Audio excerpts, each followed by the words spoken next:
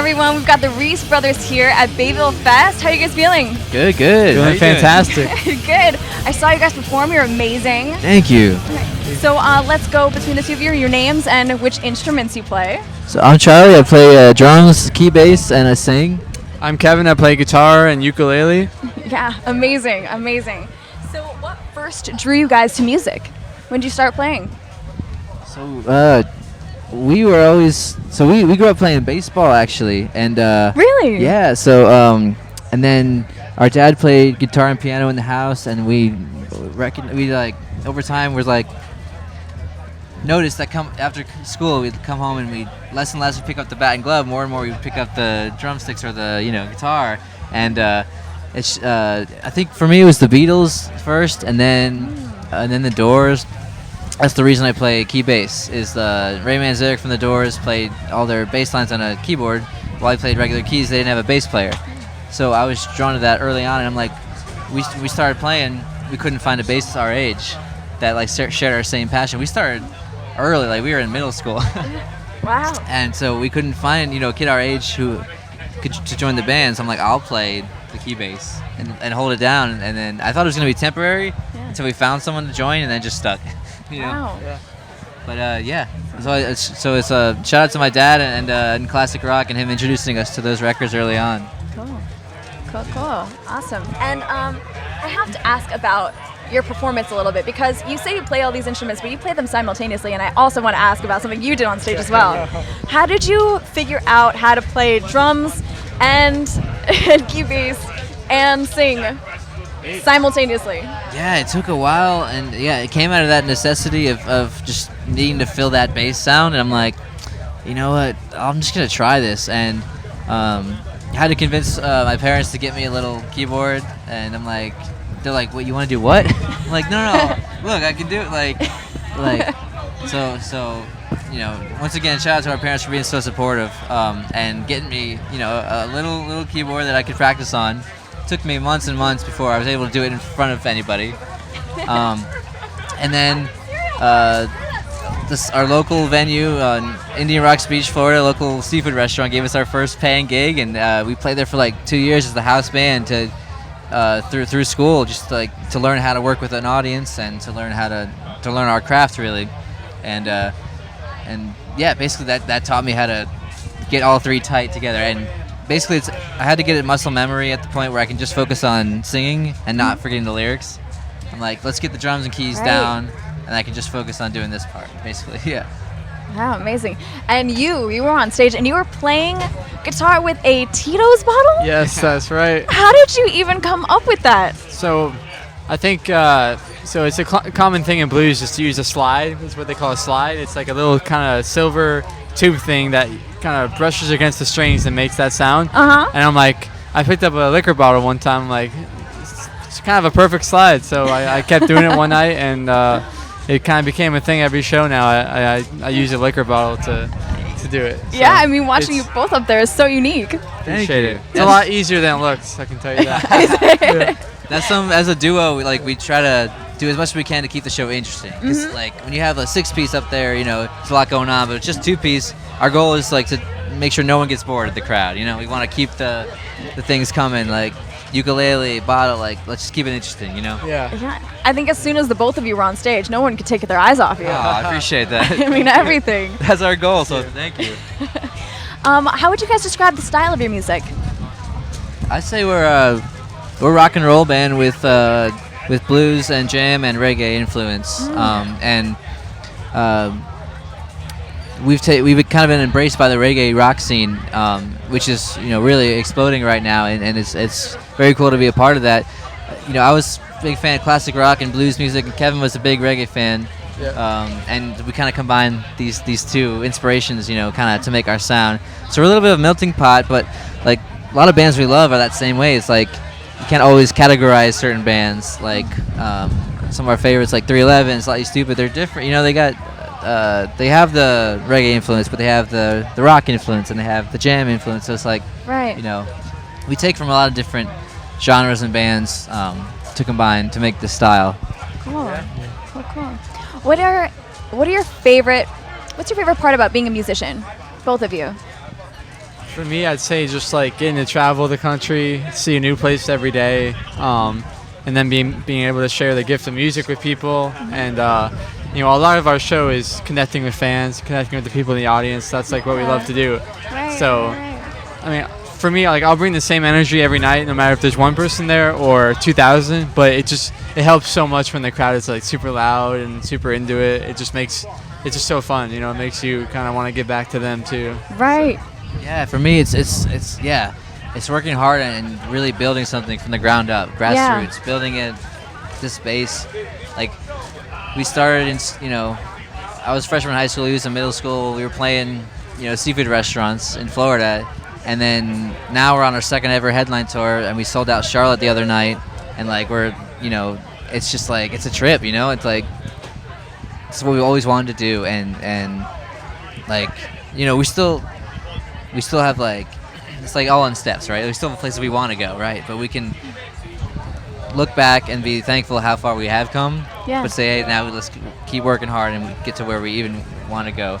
But it's also, like you said, it's connecting with people, it's traveling, it's just it's what we dreamt about as kids, and like to actually get to do it, it means a lot to us. And the people that come to our shows make it happen. And bands seem to forget that. Mm-hmm. Bands can take their fans for granted really easily, and we don't. We want to make sure everyone who comes to our show feels the appreciation that we really have for them. For sure. I think that you guys being brothers and having such a close relationship really, I'm sure it helps with your music making. Definitely. Like when we're on stage, you won't have to like plan out something. We can just jam for honestly hours, and like just the chemistry alone, being brothers, like it helps out a lot. Like we know exactly where to go, and so a lot of the stuff we do live is kind of improvised and not planned out. So it's pretty cool. Yeah, he'll never do the same solo twice, and like if we're doing like tonight was a festival, so we got a set time limit, right? But if we're doing our own show and it's a little looser, I'll see the look in his eye that he wants to really go off on a solo, and I'm like, all right, I know that this is, let him go, And so we have that kind of connection, and it's from just years and years of jamming together. That's amazing. So it makes each of your shows incredibly unique. That's our goal. For sure. Yeah. It's never the same twice. Right. Exactly. Some songs will never play the same. So like if you're at that certain show, you get a very unique experience for sure. Wow. That's our goal. Get people to come see us for the first time, then come back, and we don't want them to get, like I said, we don't want them to get bored. So come back. It's gonna be different every time. We're gonna play the songs you like, but we're gonna play them a little different each time. Right. You guys are bringing a lot of new stuff to the table. It's great. Thank you. So great. I appreciate you. What's your songwriting process like? It Different kind of each varies. time. Yeah, like sometimes it'll help to go off in separate rooms. I'll start something on guitar, and then he'll write lyrics after. But lately, it's kind of like, writing together is kind of much easier because you're both on the same page right away. But I kind of, I'm big into production, so I'll start like a whole thing on Logic on my computer. I'll start a whole song, and then he'll come in and put lyrics and melody to it. That's kind of been working lately. It's like I'll map out a whole song, and hoping that he likes it, and then he'll come and throw his words to it. And yeah, that's a new thing that we started. Is that he kind of develops the music, and then I'll take it and live with it for a couple days on my headphones, just walking around thinking, what's the song going to be about, and try to write some lyrics. And then other times we'll just say, hey, let's just sit in a room with our full live setup, and let's just jam and see what happens. And a lot of times that's when the magic happens, and not the other way. So it's like we kind of try it all, and that's when it helps being brothers too, because I feel like we can yell at each other, and in the process, because it gets heated, like writing is very hard. It is, especially writing with another person, because you have your own ideas and then they'll have their own opinion, and you're afraid to share yours in some way, but then you want to overrule the other person in some way. So it's like, but like being family, it's like you can fight, and then we're gonna be cool after it. You know what I mean? Yeah. So that does help, I think, a lot in the process. Sounds like you guys have a compromise really down. Yeah, we're working on that. I think we do though. I think we work well together. If you guys could play alongside any musician, who would it be? Band, single artist? Is it different for both of you? I think it would definitely be different. Yeah. I mean, my favorite guitar player is Buckethead, Okay. and he's very underrated. And I think it'd be a dream if I could play guitar with him. Cool. So that's mine.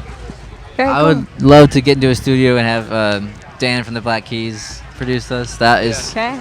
my ultimate goal as far as working with someone. But obviously, there's so many amazing artists that we would love to collab with. But yeah, I guess those are the top two. Awesome. What's new for you guys? What's coming up? Are you guys working on new songs, albums, tours? Yeah, so we're on. This is day 24 right now of our 2 months or month and a half run. So we're in the middle of it right now, and as soon as we get back home, we're going right into the writing mode again, and we're trying to get an EP or something out by the end of the year. But yeah, this is our second ever headline tour. We're doing club dates. It's been awesome, even much better than last year, and we're building on that. And that's our goal. Is we have some festivals coming up in the fall. We're gonna be in Montana, September, and back up in Ohio, also in September. And we want to put out some music before the new year, and then hit the road hard again next year. Okay. Do you have any advice for budding musicians out there? Man. Actually, Yeah, I mean, Get some strong winds here now. You can keep it. Seriously, keep it. I think the You best, might need that poncho in a minute. might, yeah.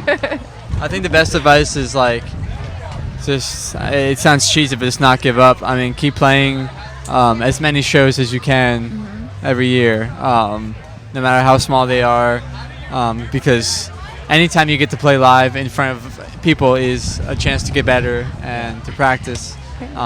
Whether it's stage presence or your skills on your instrument, just to play as many times as you can.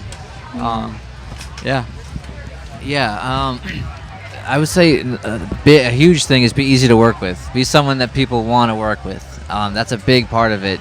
You can be super talented and just be a dick, and people don't want to be around you. You know what I mean? Absolutely. And just you want to be a good hang. You want to, know the codes of being an opening band. Be on time. Be as far as getting there, be on time with your. So we learned a really good lesson early on. We got to open for Chicago on a Southeast run when we were really young, and one of the shows they put us on was us and then REO Speedwagon and then in Chicago. So Chicago's stage manager came up to us and he said, and we're 18 and 14 at the time. He says to us, "All right, you have 15-minute set. If you guys play 16 minutes, you'll never play with us again." That's what he said to us. So I'm like, wow, okay. This is our first amphitheater show early on. Wow. And we're like, okay. I took that, and so we did 13 minutes that night. We ended early. I'm like, and that just stuck with me, to be as professional as possible, especially when you're coming up, because bands notice things, and bands notice band just coming up,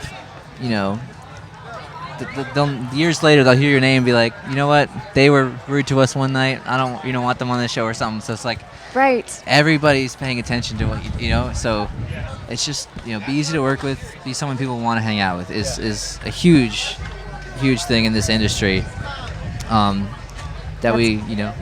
say that's what I'd give to up and coming bands. Just be professional and be cool, Yeah, that's great advice. Yeah. Is there anything you'd like to add? Pretty much same boat. Yeah, just be sure to check out all our tour dates on our website. Yes, where your website is the best place? It's RIESBrothers.com, RIES. Everything's there. Follow us on Spotify. On Facebook, we have a fan club where everyone gets to know about the stuff before everyone else. So we post in that group a lot. So join our Facebook fan club. Check us out on Instagram. You get behind the scenes stuff on tour and all that. So yeah. Perfect. Well, thank you guys so much. Thank you so much for You were having amazing us. today. Hope to see you again here soon. Absolutely. Appreciate you so much. Cheers. Thanks again.